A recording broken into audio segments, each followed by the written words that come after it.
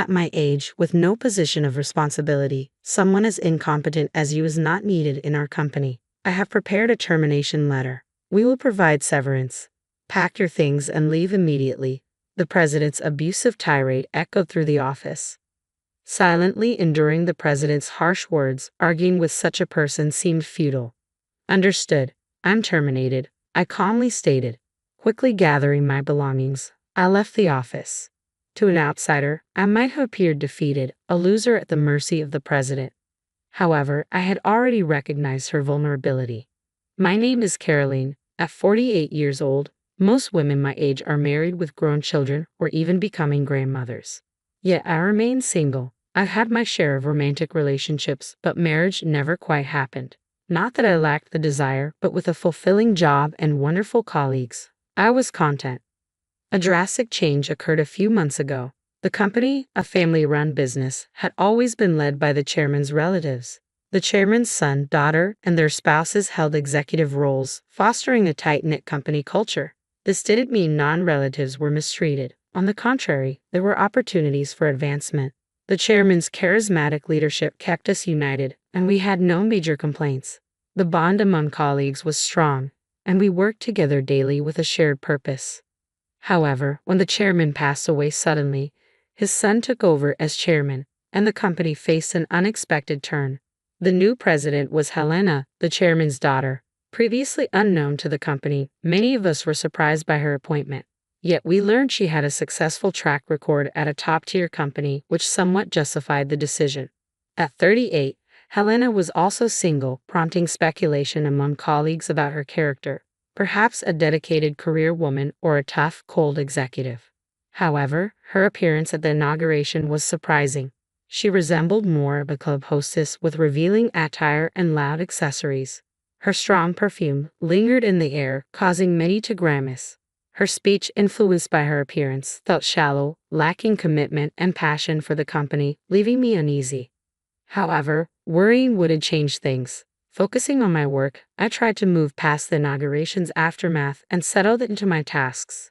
Yet Helena's unexpected visit to our department soon after heightened tensions. Ignoring everyone else, she zeroed in on Cecil, a colleague, making an announcement. "I like you. You stood out at the ceremony earlier, Cecil." "Such a cute name," Helena said, her voice cutting through the stunned silence. "How about joining me for lunch to celebrate my appointment?"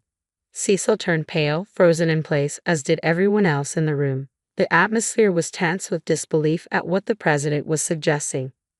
"Don't look so surprised," Helena continued casually. "I find being invited by the president quite endearing." She reached for Cecil's arm, clearly intending to leave immediately. Cecil managed to interject, his voice strained. "Please wait. I appreciate that offer, but I have urgent work to finish this morning. Could we possibly wait until break time? It's barely past 10 a.m. Helena's expression hardened slightly. "Is your work truly that urgent? If so, someone else can handle it. Lunch with the president is a far more valuable use of your time. I'll teach you what to prioritize," she insisted, gently pushing Cecil along despite his reluctance.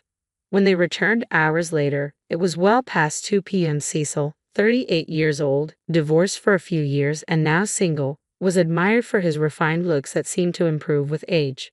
Many female colleagues harbored secret crushes on him, celebrating his return to the dating scene after his divorce. While Helena's fondness for Cecil might have been understandable, her behavior was unbecoming of a president. The day's events revealed more about Helena's true character than anyone expected. To make up for the morning disruption, Cecil ended up working late, a consequence of Helena's actions that benefited no one. "Cecil, I've reserved a wonderful French restaurant for us today. The one with the chef I mentioned before. We better hurry or we'll be late," Helena announced, appearing frequently and forcefully to whisk Cecil away for lengthy lunches. "Helena, I appreciate the gesture, but I really need to focus on my work right now," Cecil replied politely, attempting to maintain his composure despite the disruption. As this became a regular occurrence, Helena would often occupy the seat beside Cecil, disrupting his workflow with her chatter. Colleagues displaced by Helena struggled to complete their tasks, often resorting to overtime. Gradually, a simmering discontent grew among the staff towards Helena. While no one dared to voice their frustrations openly, it was clear that many shared the same sentiment. What exactly does Helena perform her presidential duties? It seems like she's not taking her job seriously at all, murmured a colleague with a skeptical glance towards Helena's office. I found myself busy helping Cecil and others with their work and overtime. One day, while assisting Cecil, I tried to lighten the mood. Cecil, you've really been put through the ringer. It's tough being targeted by the wrong person, I remarked sympathetically. Cecil responded apologetically, I'm so sorry for causing everyone trouble. I really appreciate your help, Caroline, especially since you have your own workload to manage. You don't need to apologize for anything. It's all because of that out-of-touch president. Honestly, what was the chairman thinking making Helena president? I joked, sticking out my tongue playfully. Cecil managed a weak smile, the first I'd seen from him in a while. I noticed that smiles had become rare in our department lately, and the weight of these days lingered heavily on my mind. Determined to break the cycle, I decided to seek advice from Carl, the chairman and Helena's father. When I first joined the company, Carl was the executive vice president, and we occasionally had chats.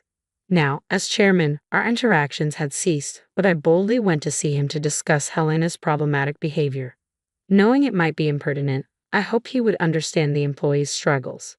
Carl, a dignified man and son of the previous revered chairman, responded dismissively. I'm not here to listen to such complaints. You are to follow President Helena's lead, work for the company, and earn your salary. That's all. It's simple, he said curtly, sending me away. Disappointed and furious, I realized Carl, who had appointed Helena as president, was just another fool. The next day, Helena came again to invite Cecil to lunch, but our department was bustling with a crucial project deadline. Amidst the tense atmosphere, Helena's presence only fueled irritation, and some of my colleagues couldn't hide their annoyance. I'm sorry, Helena. I really can't leave my work today. Could you perhaps dine alone? Cecil tried to decline politely. Helena insisted, it's fine, someone else will cover for you. Hey, you there, take over Cecil's work. Unbelievably, Helena approached me next, saying, right now, both Cecil and I are swamped with work. No one in the department has the capacity to take on additional tasks.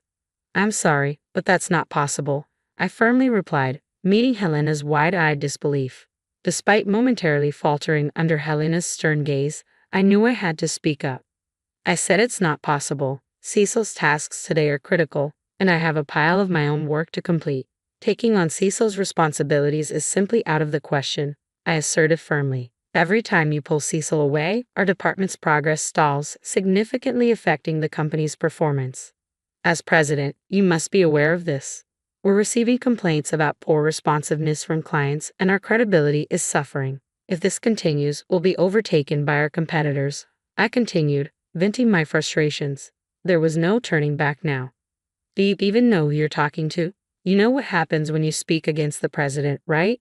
Helena's voice, so different from the sweet tone she used with Cecil, was filled with intimidation as she retorted. I'm speaking out of concern for the company.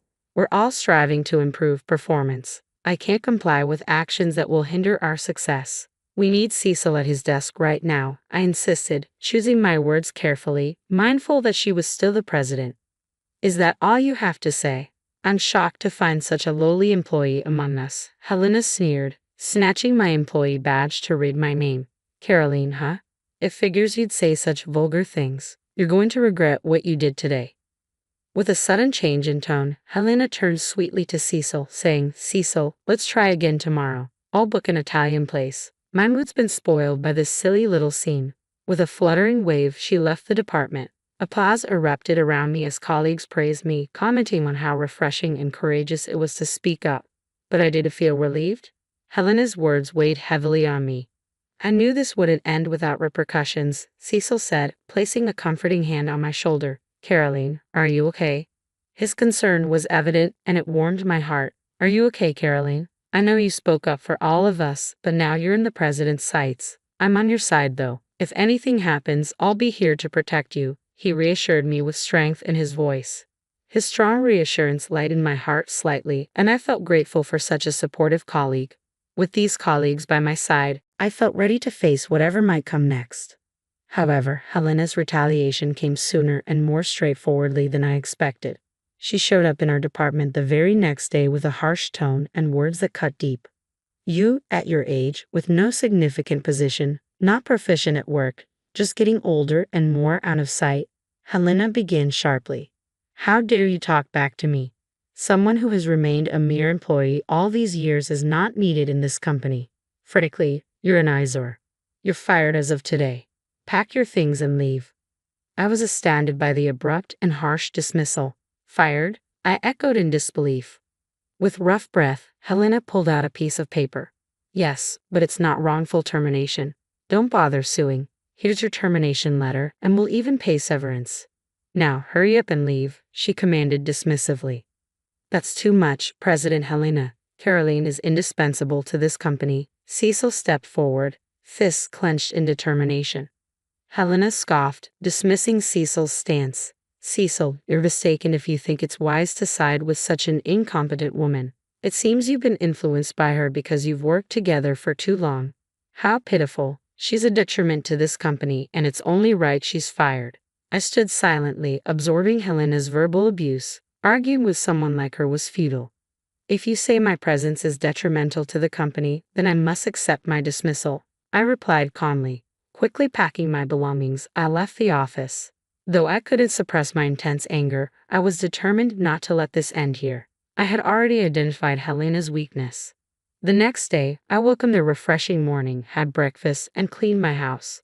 Glancing at the clock as it struck 10 a.m., my phone rang. The company's number flashed on the screen. The caller was easy to guess. It must be Helena. Slowly, I answered. Caroline. Oh, thank goodness you picked up. Listen, about the firing yesterday, it was just a joke.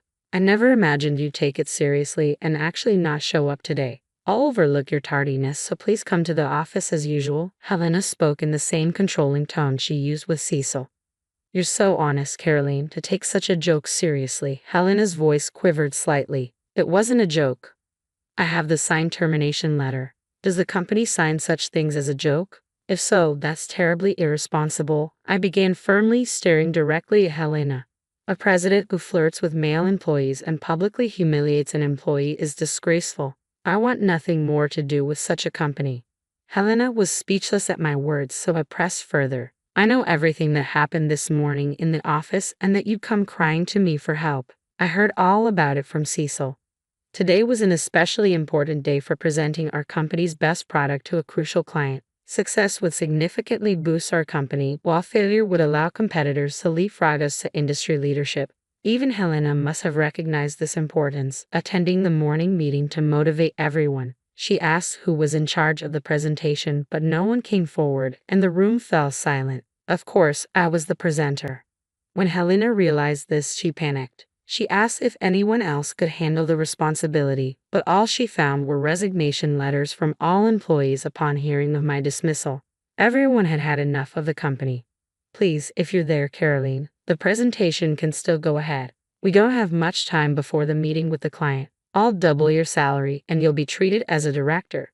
Please come back, Helena pleaded hysterically, almost incomprehensibly. Unfortunately, I have no intention of returning. Please handle it yourself. As president, you haven't worked properly and have been chasing employees around, decreasing performance. I don't think you have the capacity to manage it, I said firmly before hanging up. I dismissed her further calls without hesitation. It would be interesting to see how she managed alone. That evening, Helena and Carl came to my house. As I cautiously opened the door, Helena began, I'm sorry. I'm so sorry. Please forgive us, they pleaded tearfully. Apparently, the presentation had been a disaster from the moment Helena arrived alone. The client must have been skeptical, and just minutes into the presentation, they stormed out, disgusted with Helena's incompetence. They said they'd reconsider if you were involved. Caroline, please, for the company's sake, come back, Helena pleaded. My anger erupted. For the company? How can you say that? You've disrupted employees' work, fired me for speaking up, and caused everyone to turn against you due to your arrogance. This is the result of your actions. Please leave. As I attempted to close the door, Helena sprang up. It's all because you interfered with my lunches with Cecil, embarrassing me in front of everyone. That's why I fired you. You got in the way of my lunches with Cecil. That's all it was.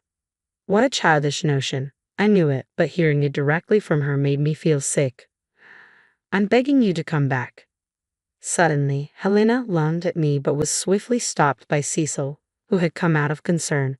Enough, please. I came because I was worried about Caroline, and I can't believe it's come to this, Cecil said, surprising both Helena and me.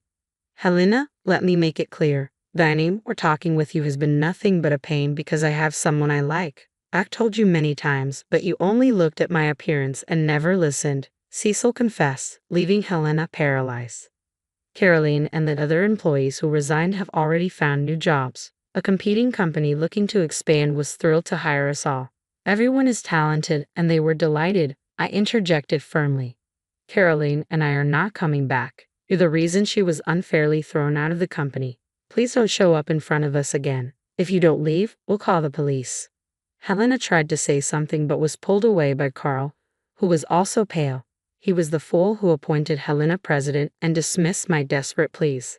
There was no room for sympathy without supporting employees, and missing a great opportunity, the company's reputation plummeted, leading to bankruptcy. I am sorry to the wonderful predecessor, but once the predecessor was gone, it was only a matter of time before it came to this, I concluded sadly. Helena and Carl disappeared, buried under immense debt, living lives I don't even want to imagine. Meanwhile, Cecil and I began dating. The confession that I was the person he cared for came as a sweet surprise after years of working together. Our relationship evolved from trusted colleagues to partners. I'm grateful I didn't rush into marriage when I was younger, as I've now found the best partner later in life. Life is unpredictable. Maybe Cecil and I will get married. That's what I've been contemplating recently.